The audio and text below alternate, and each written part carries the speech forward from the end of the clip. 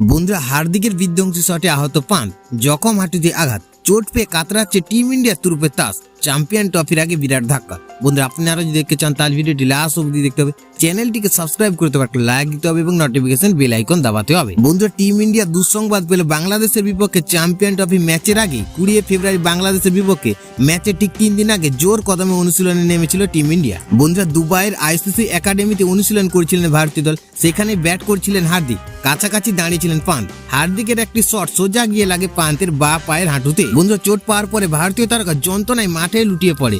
ঋষভ পান্ত মাঠে শুয়ে ব্যথায় ছটফট করছিল। ফিজিও চিকিৎসকদের একটি দল তড়িঘড়ি খেলোয়াড়ের চিকিৎসার জন্য ছুটে আসেন। প্রথমে পান্তের হাঁটুতে আইস প্যাক লাগানো হয়, বন্ধুরা তারপরে স্ট্যাপ বেঁধে দেওয়া হয়। দীর্ঘ চিকিৎসার পর উঠে দাঁড়াতে পারছিলেন না পান্ত। ভাইরাল হওয়া ভিডিওতে ভারতীয় তারকাকে কুড়িয়ে কুড়িয়ে হাঁটতে দেখা গেল। তাৎক্ষণিক চিকিৎসার পর ফের ব্যাট হাতে অনুশীলন শুরু করেছিলেন পান্ত।